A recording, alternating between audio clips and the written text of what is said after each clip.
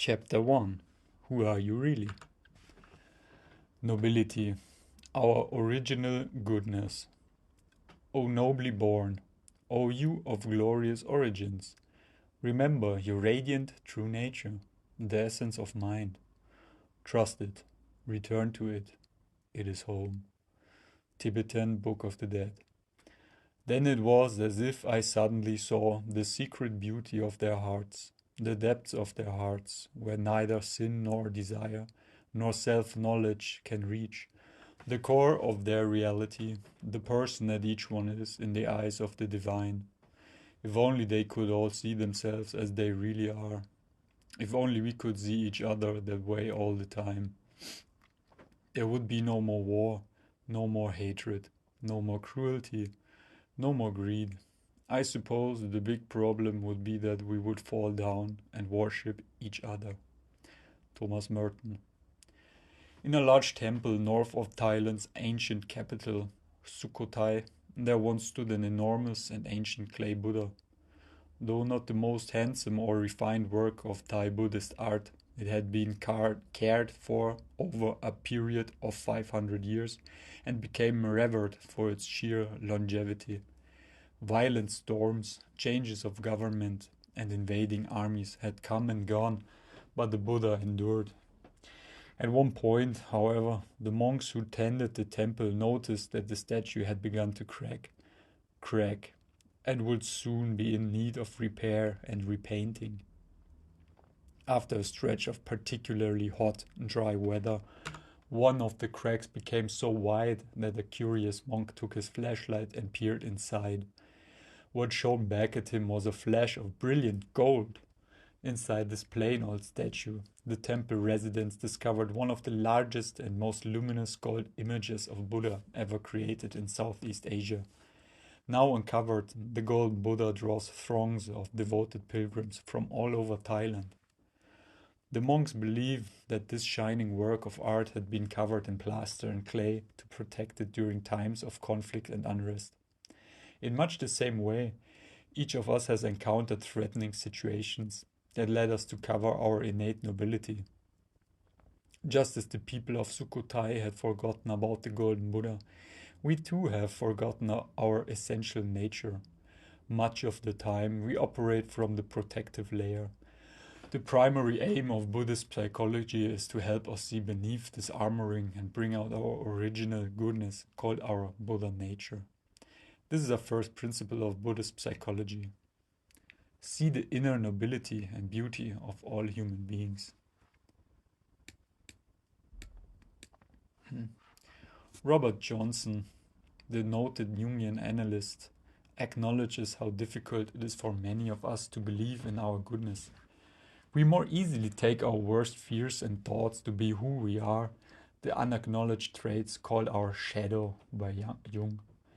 Curiously, writes Johnson, people resist the noble aspects of their shadow more strenuously than they hide the dark sides. It is more disrupting to find that you have a profound nobility of character than to find out you are a bum. Our belief in a limited and impoverished identity is such a strong habit that without it, we are afraid we wouldn't know how to be. If we fully acknowledged our dignity, it could lead to radical life changes. It could ask something huge of us. And yet some part of us knows that the frightened and damaged self is not who we are. Each of us needs to find our way to be whole and free. In my family, it was not easy to see my own goodness. My earliest memories are of a paranoid and unpredictably violent father, a bruised and frightened mother, and 4 boys who each wondered, how did we get here? We would all hold our breath when our father pulled the car into the driveway. On good days, he could be attentive and humorous, and we would feel relieved. But more often we had to hide or cower to avoid his hair-trigger anger and tirades. On family trips, the pressure might lead him to smash my mother's head into the windshield or to punish his children for the erratic behavior of other drivers. I remember my father's grandmother pleading with my mother not to divorce him. At least he can sometimes hold a job. He's not so crazy as those ones in the mental hospitals. The fuck? Yet I knew this unhappiness was not all there was to existence. I can remember running out of the house on painful days, at age 6 or 7, while my parents fought. Something in me felt I didn't belong in that house, as if I had been born into the wrong family. At times I imagined, as children do, that one day there would come a knock on the door and an elegant gentleman would ask for me by name. He would then announce that Jack and his brothers had been secretly placed in this home, but that now his real parents, the king and queen, wanted him to return to his rightful family. These childhood fantasies gave rise to one of the strongest currents of my life, a longing to be part of something worthy and true. I was seeking my real family of noble birth.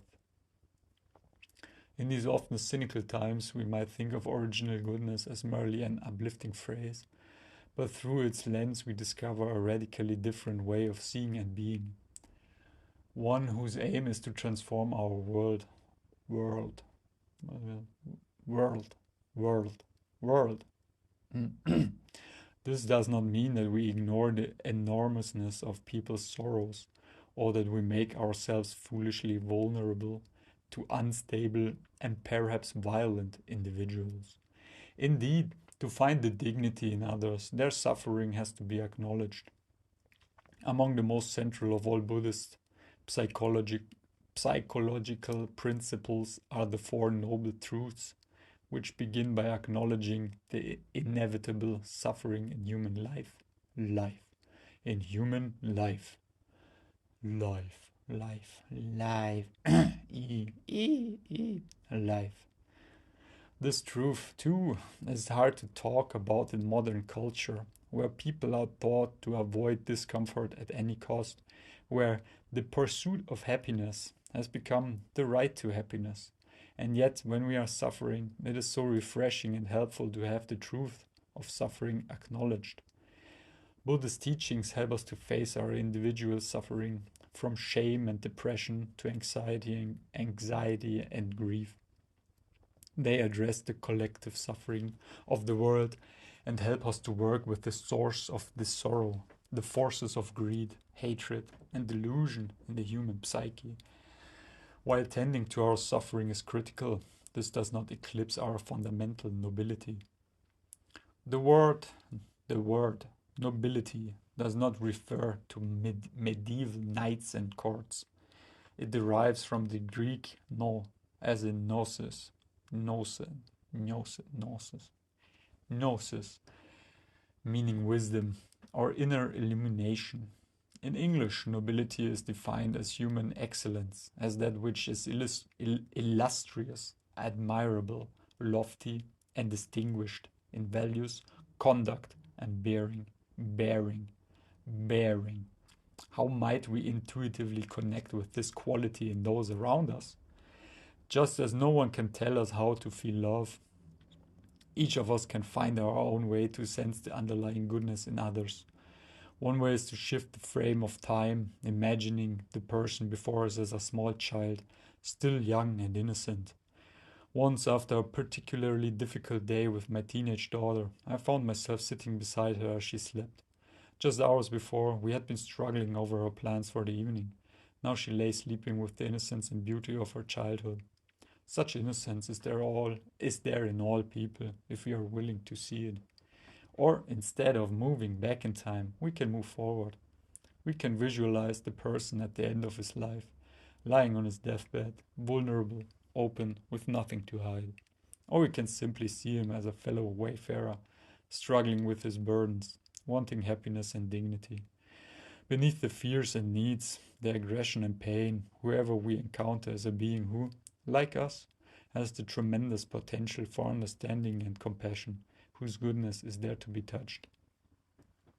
We can perhaps most easily admire the human spirit when it shines in the world, in the world's great moral leaders. We see an unshakable compassion in the Nobel Peace Prize winner Aung San Suu Kyi, who remains steadfast and loving in spite of long years of house arrest in Burma.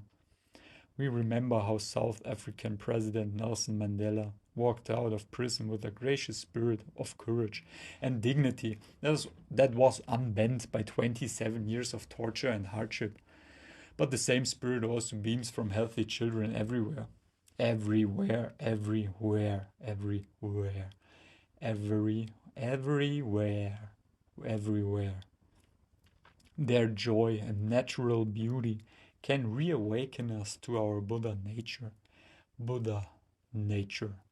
Buddha, Buddha, Buddha nature. Nature, nature. They remind us that we are born with this shining spirit.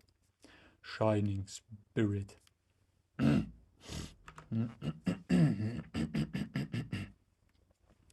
So why, in Western psychology, have we been so focused on the dark side of human nature?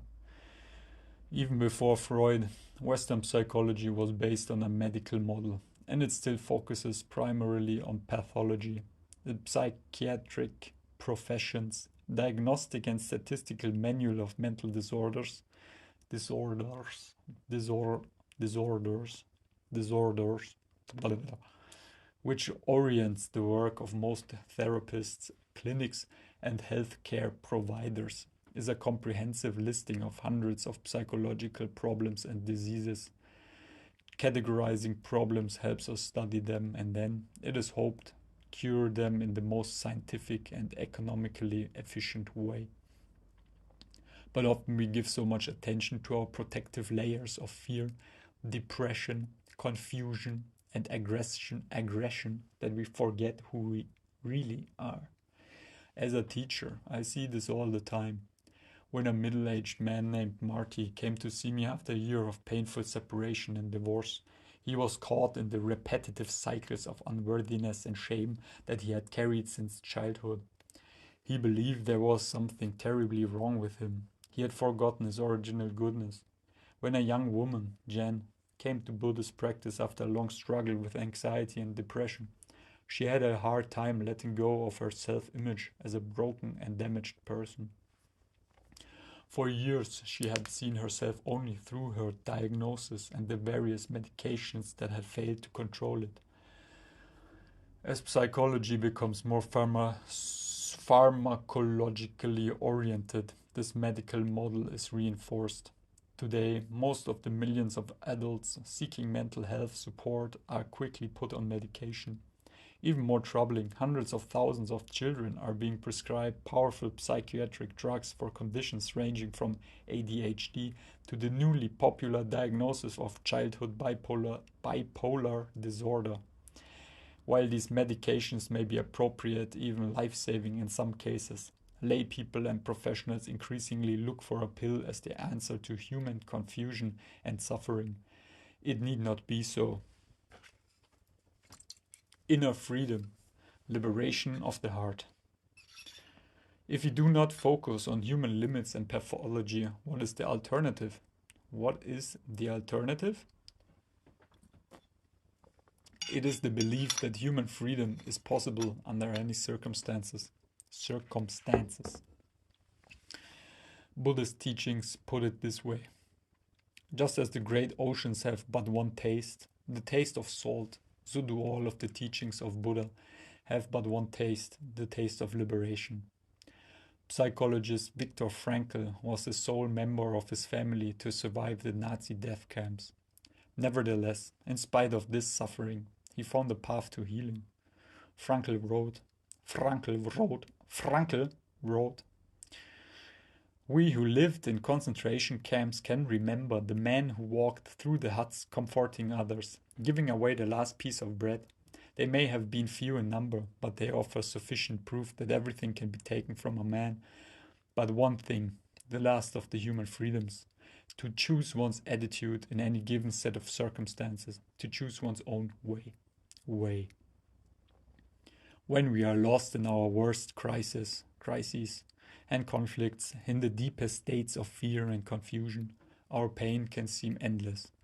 We can feel as if there is no exit, no hope, yet some hidden wisdom longs for freedom.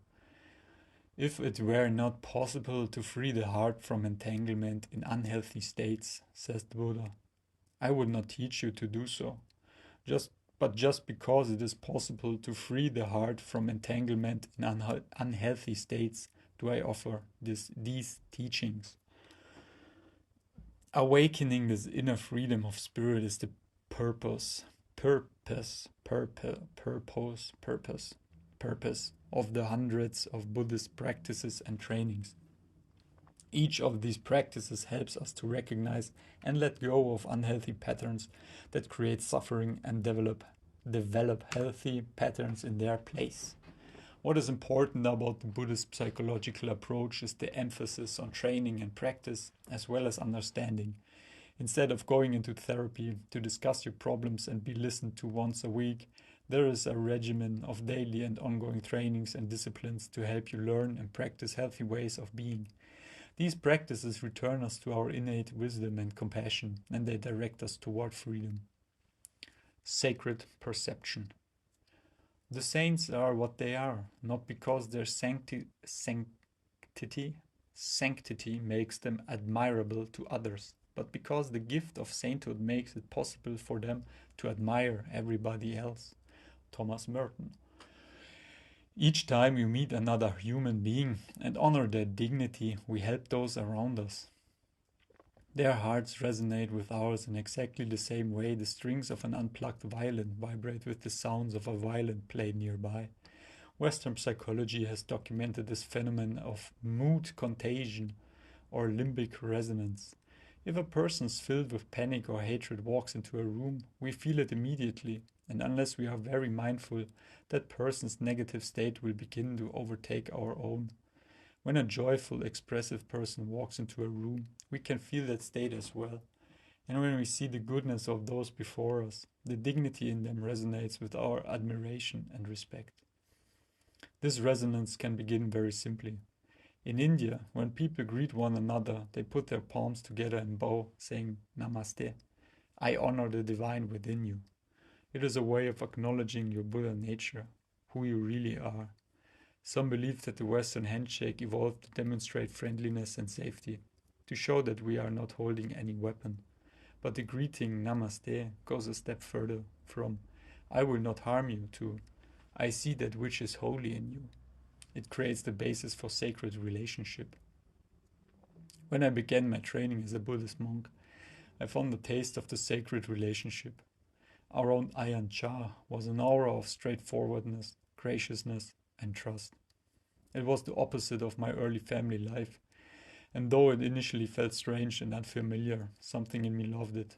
Instead of a field of judgment, criticism, and unpredictable violence, here was a community dedicated to treating each person with respect and dignity. It was beautiful. In the monastery, the walking paths were swept daily. The robes and bowels of the monks were tended with care. Our vows required us to cherish life in every form. We carefully avoided stepping on ants. We valued birds and insects, snakes and mammals. We learned to value ourselves and others equally. When conflict arose, we called on practices of patience, and in seeking forgiveness, we were guided by counsels of elders who demonstrated how to approach our failings with mindful respect. Whether practiced in a forest monastery or in the West, Buddhist psychology begins by deliberately cultivating respect, starting with ourselves. When we learn to rest in our own goodness, we can see the goodness more clearly in others. As our sense of respect and care is developed, it serves us well under most ordinary circumstances. It becomes invaluable in extremity. One Buddhist practitioner tells of being part of a group taken hostage in a bank in St. Louis. She describes the initial confusion and fear that spread through the hostages. She remembers trying to quiet her own racing heart. Heart, heart, the heart, heart, heart. Her own racing heart. And then she tells how she made a decision not to panic. She used her meditation and her breath to quiet her mind. Over the hours, even as she helped others in her group, she addressed her captors respectfully and expressed a genuine concern for them. She saw their desperation and their underlying needs. When she and the other hostages were later released unharmed, she gratefully believed that the care and respect they showed to their captors had made their release possible. When we bring respect and honor to those around us, we open a channel to their own goodness. I have seen this truth when working with prisoners and gang members. When they experience someone who respects and values them, it gives them the ability to admire themselves, to accept and acknowledge the good inside. When we see what is holy in another, whether we meet them in our family or our community, at a business meeting or in a therapy session, we transform their hearts. The Dalai Lama embodies this sacred perception as he moves through the world, and it is one of the reasons so many people seek to be around him. Around him. Around him. Several years ago, His Holiness visited San Francisco and we invited him to offer teachings at Spirit Rock Meditation Center.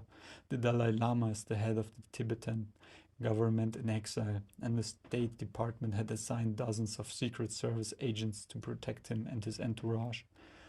Accustomed to guarding foreign leaders, princes and kings, the Secret Service agents were surprisingly moved by the Dalai Lama's respectful attitude and friendly heart. At the end, they asked for his blessing. Then they all wanted to have a photo taken with him. Several said, "We have had the privilege of protecting political leaders, princes, and prime ministers. Yet there is something different about the Dalai Lama. He treats us as if we are special. He treats us as if we are special." Later, during a series of public teachings, he stayed at a San Francisco hotel famous for hosting dignitaries. Just before he departed, the Dalai Lama told the hotel management that he would like to thank the staff in person, as many as wished to meet him. So on the last morning, a long line of maids and dishwashers, cooks and maintenance men, secretaries and managers made their way to the circular driveway at the hotel entrance. And before the Dalai Lama's motorcade left, he walked down the line of employees, lovingly touching each hand, vibrating the strings of each heart. Some years ago, I heard the story of a high school history teacher who knew the same secret. On one particularly fidgety and distracted afternoon, she told her class to stop all their academic work. She let her students rest while she wrote on the blackboard a list of the names of everyone in the class. Then she asked them to copy the list. She instructed them to use the rest of the period to write beside each name one thing they liked or admired about that student. At the end of class, she collected the papers. Weeks later, on another difficult day just before winter break, the teacher again stopped the class. She handed each student a sheet with his or her name on top. On it she had pasted all 26 good things the other students had written about that person. They smiled and gasped in pleasure that so many beautiful qualities were noticed about them.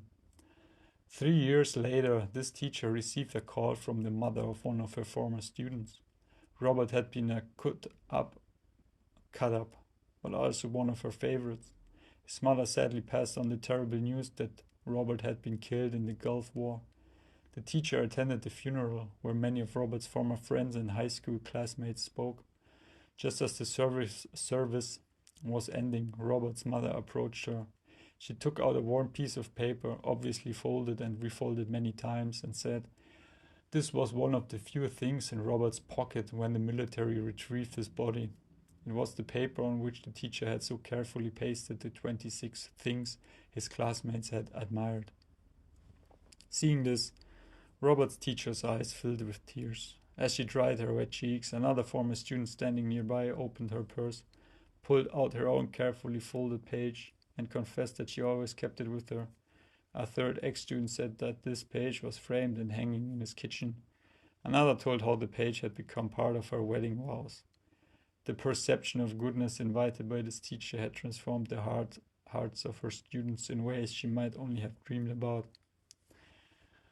We can each remember a moment when someone saw this goodness in us and blessed us. On retreat, a middle-aged woman remembers that the one person, a nun, who was kind to her when, As a frightened and lonely teenager, she gave birth out of wedlock. She has carried her name all these years.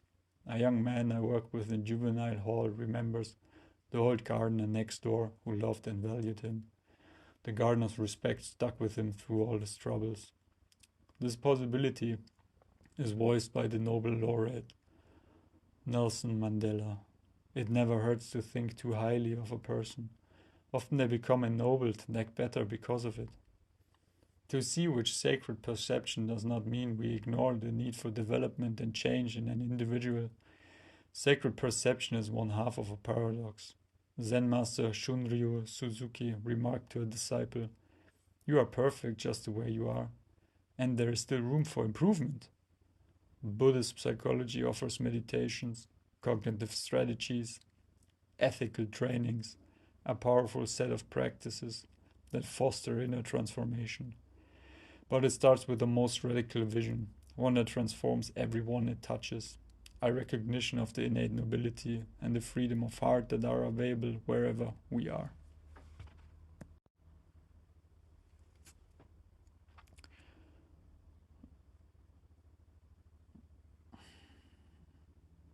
Practice. Seeing the secret goodness. Wait for a day when you awaken in a fine mood, when your heart is open to the world. If such days are rare, choose the best you have. Before you start for work, set the clear intention that during the morning you will look for the inner nobility of 3 people. Carry that intention in your heart as you speak or work with them. Notice how this perception affects your interaction with them, how it affects your own heart, how it affects your work. Then choose 5 more days of your best moods and do this practice on each of these days. After looking at 3 people a day in this way 5 times, set the clear intention to practice seeing the secret goodness for a whole day with as many people as you can. Of course, you will find certain people difficult. Save them for later and practice first with those whose nobility and beauty is seen most easily. When you have done this as best as you can for a day, choose 1 day a week to continue this practice for a month or 2. Finally, as you become more naturally able to see the secret goodness, expand your practice. Add more days. Try practicing on days that are more stressful. Gradually, include strangers and difficult people until your heart learns to silently acknowledge and bless all whom you meet. Aim to see as many beings as you can with a silent, loving respect. Go through the day as if you were the Dalai Lama undercover. This concludes today's reading. Have a good one.